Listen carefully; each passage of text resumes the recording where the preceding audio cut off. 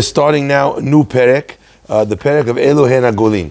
So they did a great job actually over here in the Art Scroll book of just doing the review. We did this actual review, if you remember, before we began the Masechet, because the Masechet actually incorporates in the second chapter the line of Elohei Nagolin, the story of who are the ones that actually are redeemed. That's the story, so to speak. That's the conversation. So what does it mean, Elohei Nagolin? These are the ones that are exiled. So we already explained this idea that always, whenever we talk about an act of murder, there's three different zones, okay? One zone of the act of murder is when a person does it intentionally. And there, so long as there's witnesses and we fulfill all of the requirements necessary in order to be able to establish that law, that case is the case of capital punishment. We already just explained in the last Mishnah that capital punishment almost never took place. One opinion once every 7, one opinion once every 70 years. It was that rare that if you did it more than that, you were considered to be a bed din that was abusive with their power. Okay? So it wasn't something that was carried out often, but the rule of law was such that you could be charged and punished according to that crime. The second stage is the stage at the bottom, where it wasn't intentional at all. There was zero intention. It was literally honest, okay? In a scenario of honest, when there's nothing that I could have done whatsoever, I'm patur. There's no responsibility. There's no galut. There's no punishment. There's nothing I could have done. It was a complete accident. I don't know, I'm walking down the street, a tornado picks me up and slams me into somebody. Nothing I could have done. It was no negligence on my part. The middle part is where it gets a little bit gray.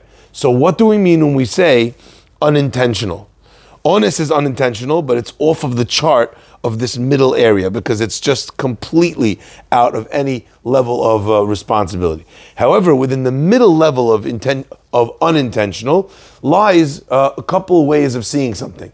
One way is where the act that was unintentional was true. I wasn't trying to kill you, but I was swinging around at a wedding, in circles with a chainsaw, okay? I was not trying to kill anybody, but the likelihood of me killing someone was so high that everyone would consider that unintentionally to still be an act of negligence. You see the difference between those two things?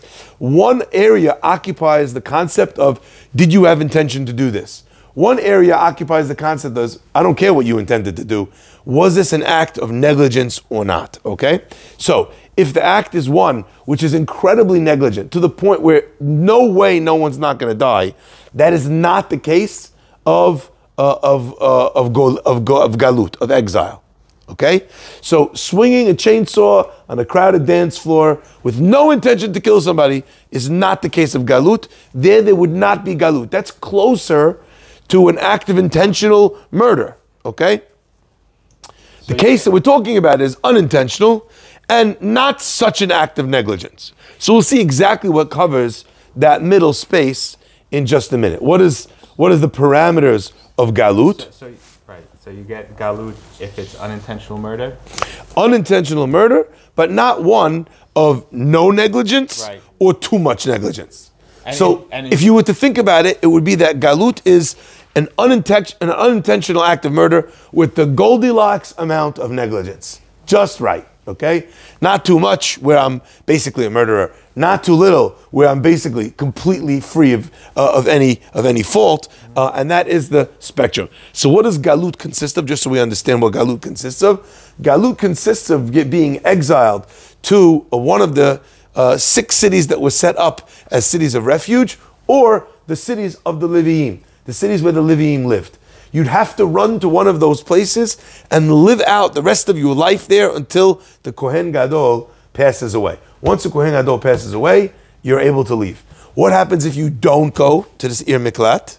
What happens if you leave before the Kohen Gadol dies? The halacha is that any of the family members of the person you killed through your act of negligence, they're allowed to kill you. They're allowed to kill you on your way to the place. They're allowed to kill you if you decide you just want to leave to go watch a Yankee game. They're allowed to kill you if you leave 50 years later, but before the Kohen Gadol dies. Okay? So those are the laws of what it means to go into galut. Now there's one last piece of information that we've not really yet encountered, and maybe we'll cover that a little bit later, and that is that there are times when a person will have this idea that the relatives are allowed to kill him, and it's not a case of galut. So up until now, we've only ever discussed this idea that he has no blood, en lo damim, right? He has no blood. You're allowed to kill him, no problem, if you're one of the relatives. We've only, not in a court of law, by the way. Just walk up to him and stab him, right? The guy literally cost you with his negligence, your wife, your brother, your sister, your father, your mother, whatever the case might be. So the halakha is you'd be allowed to kill him. Now, just to be clear, all right? Up until now, we've only talked about that in the guise of galut. So when a person is being driven to one of the exiled cities. However, there are also other cases where a family member is allowed, is not obligated, let's say it differently. First, is not obligated or responsible for this act of murder, of retributive murder, because what's the scenario? What would the case be?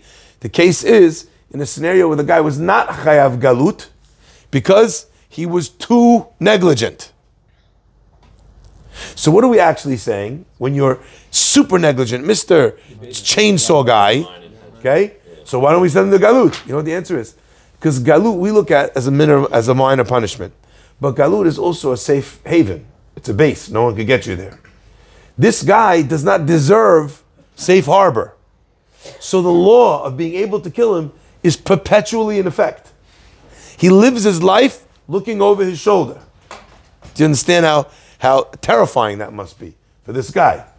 Let me add one thing to that. In a certain sense, it's a cosmic justice. Because he wasn't looking, because he wasn't checking, because he wasn't careful, he cost somebody their life. So for the rest of his life, this person lives as the most careful guy you'll ever meet. Okay? That's one scenario. The second scenario, which is a big chidush, the second scenario is when a person does an act of intentional murder, similar to this guy, but just add intentionality to his negligence. So intentional murder, okay? But for whatever reason, we had edim, zomemim situation, we had something go up, we could not convict him. But we know 100% the guy did an act of intentional murder. Here also is the law applied of the goel adam allowed to kill him, the family members allowed to kill him. So all this time we've been saying, we leave it to Shamayim. I was waiting for this moment to give exactly. So he has to look over his shoulder from God and also from the entire clan of that guy's family. Yeah. Does 13 have to say he's eligible for? No. But they don't punish him. Sorry? How do you know? They don't administer the death penalty because, like I said, that has a very high specific level. In that case, how do you know? How do you know what? Rabbi. That he's eligible to be murdered. No, if he's relative. Yeah, carry on. Wait, 1 second. Let him finish. Retribution. How do you know? Someone killed somebody, like you said. He's not eligible to running to. He killed him on purpose. You mean? No. You said. You mean unintentional, but with negligence? Yeah, super negligent. Okay, it's chainsaw guy. Yeah. Okay. You're allowed to kill him, and he's not allowed to run to galut. Yeah.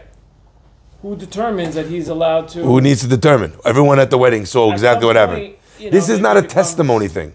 At least we would say that for now. Okay. In the case where he's not in court yet, and they got off maybe on a technicality of edin zomemim, and then how do you? So in a scenario where nobody knows the truth, and the goel adam would not be allowed to do it because he doesn't know the truth. Oh, I thought you just said that.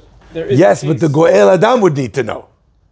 The guy who's killing him from the family would need to know. Maybe it's not a psak halacha, but at least he would need to know. So as an example, he would have needed to be there. Let's say the goel adam witnessed it with his own eyes.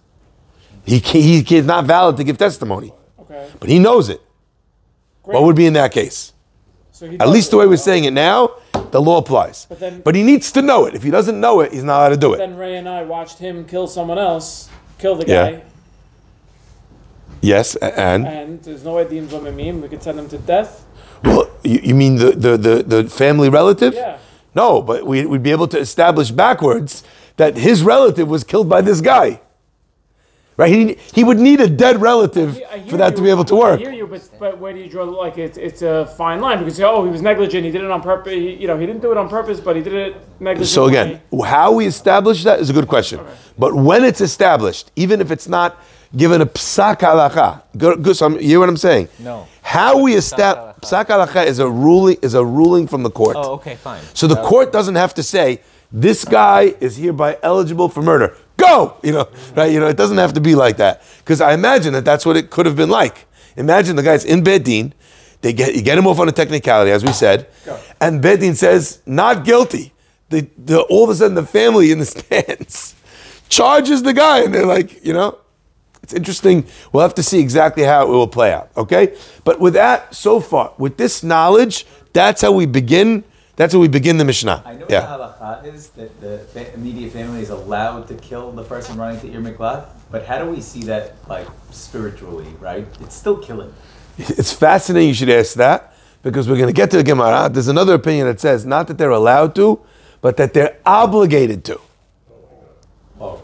So I don't know. The first thing I thought of, by the way, the first thing I thought of when I read this Gemara the first time, first thing I thought of was like the old school when you got challenged to a duel, and you had no option now. Your honor would not like that's it. Now you got to go. Now the family is like, look, we didn't particularly like the guy you killed. He was very annoying. The guy being chased. Yes, we'll get to there. 100% self-defense. Yes. You can kill the other person. Very simply put, absolutely. We'll see if that's true. But simply put, absolutely. They'll have to choose then if they want to get involved. Okay. Let's continue the Mishnah. There you go. Let's continue the Mishnah. Says the Mishnah. Oh, sorry, Morris, you had a question. Morris? No, you answered it. Thank you. Okay, fine. Say the Mishnah. That is going down as a great moment in class history. Okay. Elohen Hagolin. These are the ones that are exiled. Now you'll notice it's fascinating actually, because if we started off the Masechet, right? How do we start off our Masechet on page, Bet Amud Aleph, right? Right? How does the Mishnah begin? 9,000 pages in. How do the Edim become Zomim? And then the Mishnah continued to progress and tell us how they're not the classic case of Edim Zomim. Here the Gemara starts off in a much more orderly fashion. Who are the people that get obligated in Galut to go into exile for an act of unintentional murder? Says the Gemara, HaHoreg Nefesh Bishgaga, someone who kills somebody Bishgaga by accident. Haya Ma'agil Ba Ma'agila. So the Gemara now is going to give three cases, the Mishnah. What happens if he's standing on the roof of his house and he's rolling the roller on top of the roof of his house? V'nafla alav, and it fell on the guy unwittingly standing there below. So what's the case? The house is, they have to be able to make, smooth off the slope of the house. So the guy would go up on the roof and he's rolling this like, almost like imagine like a rolling pin or a heavy stone. He's rolling it over the roofing, right, in order to be able to create a smooth and a inclined roof. Now he's rolling it down. Right? Or v'nafal killed the guy. Or haya mishalshel bechavit. He's lowering down with a chain or with a rope. He's lowering down a big barrel or a cask of whiskey from Scotland. V'nafla alav ve'argato, and the whiskey cask falls down and kills a guy. V'nafla alav ve'argato. What is the third case? Haya yored besulam. He's climbing down the ladder. And he fell off the ladder and he killed the guy. It seems like bad luck. Says the Gemara, Mishnah, this person, he gets galut. The faller, the dropper, the what's it called? The smoother, all these guys, they all go to galut. However, continues the Mishnah, but what if, instead of rolling the roller, where he's rolling it down, okay, he's moshech b'magilah, he's rolling this rolling pin, this heavy stone, up the roof, so it's going the opposite way that it fell. Or, says the Mishnah, it continues, or he's trying to pull the cask up onto the roof. v'nifsak hachevel, and the rope breaks, v'nafal alav hagadol, kills him. Or third case, haya ole besulam. He's not going down the ladder and fell down on the guy. He's going up the ladder and then he fell off and he fell on the guy. Hareze eno gole. This case, no galut. So it sounds very strange. Normally you would have thought that unintentional killing is omnidirectional. And yet, says the Mishnah, no, it's not. Only when a person's going down, the down motion is when you get galut. The up motion is not get galut.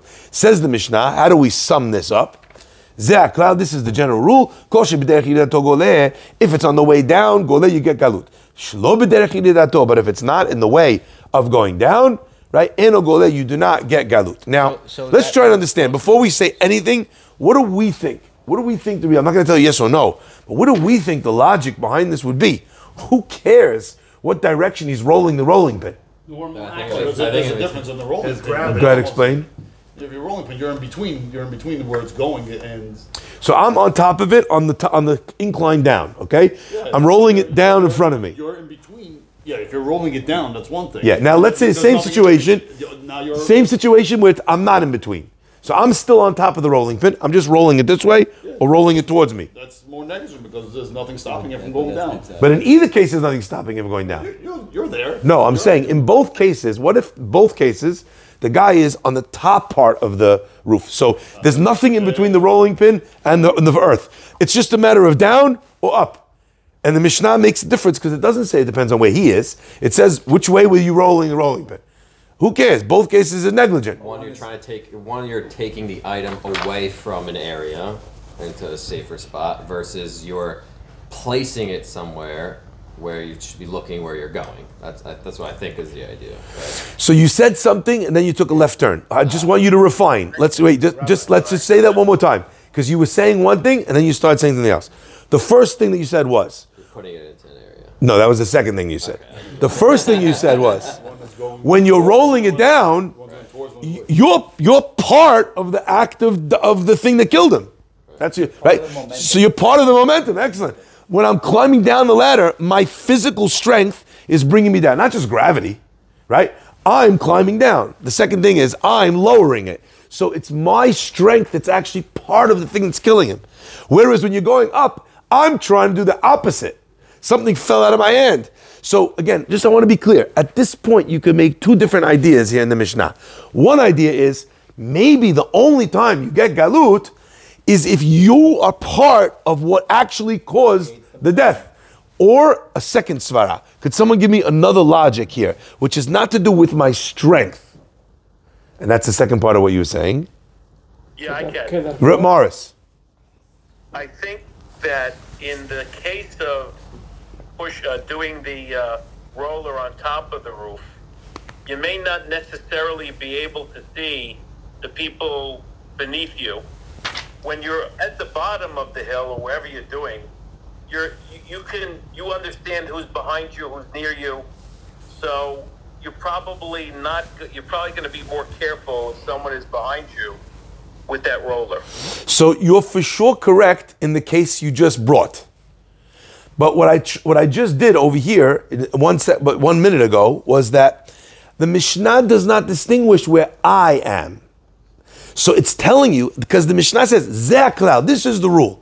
And it makes the rule not about where I am. It makes the differentiating rule be about the motion, the direction of the motion. Okay? So let's be clear. In both cases, imagine like a pitched roof. In both cases, I'm at the top of the pitch. Either I'm rolling the rolling pin down or I'm rolling the rolling pin up. In both of those cases, I can't see the guy. No, but one is more likely for a bad outcome and one is less likely. Why? Because of gravity, right? So what are you saying? You're saying it's so good. Go ahead, explain it.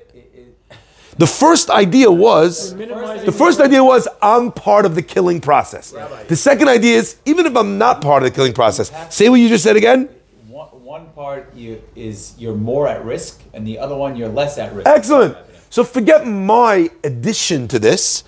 It's less likely when I'm fighting the motion downwards that it will happen. than when I'm helping the motion downwards. So it's not about the fact that my effort was involved, that I had a part in this, but a second way of understanding the difference in the Mishnah would be that it's less of a negligence when I'm fighting the motion. Responsibility. You got the difference?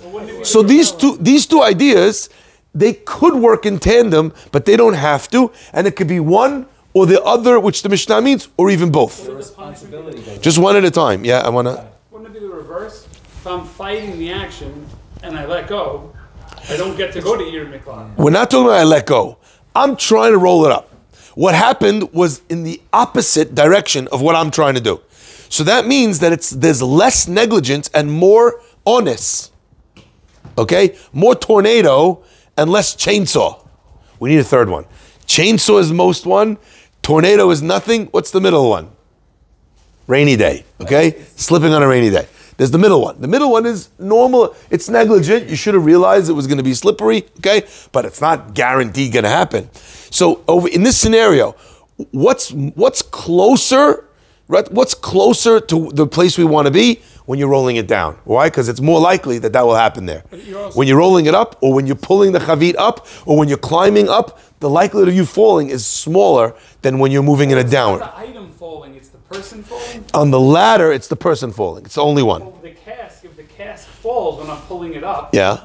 I am like pulling it up. Yeah. I am conscious of it coming up. If I'm wheeling it down, it could let go much faster. No. That's the point. So when anything that's on its way down is more of a negligent thing, you should have been more careful. When you're pulling it up, where your strength is operating in the opposite direction of the accident, so there's less care that should have been. So when you should have been more careful and you weren't, means you were more negligent. So we've got two svaras, two ideas so far in the Mishnah. It could be one or both, or maybe neither. Yeah. Without the motion part of it, it's like, imagine the same chainsaw example. One is you're using a chainsaw in a farm where nobody's around you, and one is in the case of, there are people around you. You're at a wedding. Correct. So your responsibility level goes up, which automatically makes you more negligent. Correct. So context is king, obviously, and we'll see exactly. Even though there is one case where contextually it's very hard to understand why we would call the guy slippery, rainy day, and we would not call the guy tornado. What's worse, to be exiled or not to be exiled? That is the question. That was the ultimate setup. Okay, so let's just understand. On the one hand, you're not in exile. On the other hand, exactly. You best be armed. Hopefully, you live in Florida. Stand your ground laws apply. Okay. Sorry. With a reputation too. With a reputation, yes. Well, it depends on how you kill the guy. If you kill the guy because you were very hunched, it's different. But you killed the guy, right? Around the community as the guy. You're still the guy who killed somebody. Okay, I hear that. All right. You're not looking, but this guy's not looking over his shoulder. The guy who's climbing up the ladder. No, not now. He's asking in the future what happens. Okay, let's see the Gemara. The Gemara says as follows. How do we know that this is only in a scenario when you're heading in a downward motion? That's a big chidush that we just added to the fire. How do we know this? Says the Gemara, how do we know? Shmuel says, the Amakra. We're on 7b1, if you're following in the art scroll. The Amakra, because the Pasuk says, Vayapel alav vayamot, and he falls on him and he dies. Okay? Since the Pasuk says, Vayapel alav vayamot, that he fell on him. You want to sit with us? He fell on him and he dies. Ad shipol derech nefila. The only time we could give you this punishment of galut is when it happens like the Pasuk says it, Vayapel alav, because it says that he fell. In a scenario where it's not falling, we never heard this law of galut, and therefore you would not have galut in that situation. Okay? Now, by the way, in these scenarios where you're not going to galut, we're not going to say that that makes you close to onis. We did not say that when you're going upwards, you don't get galut and the guy doesn't have the right to kill you. He has the right to kill you. We didn't say that. Okay? We just said no galut. We'll establish already which non-galut cases is the entire family allowed to go Freddy Krueger. Okay, Tanu Rabbanan, the Gemara says, okay, let's see this idea, this distinction that we just talked about in what inadvertent or what unintentional means. By the way, this is a lawyer's Gemara, if ever there was one.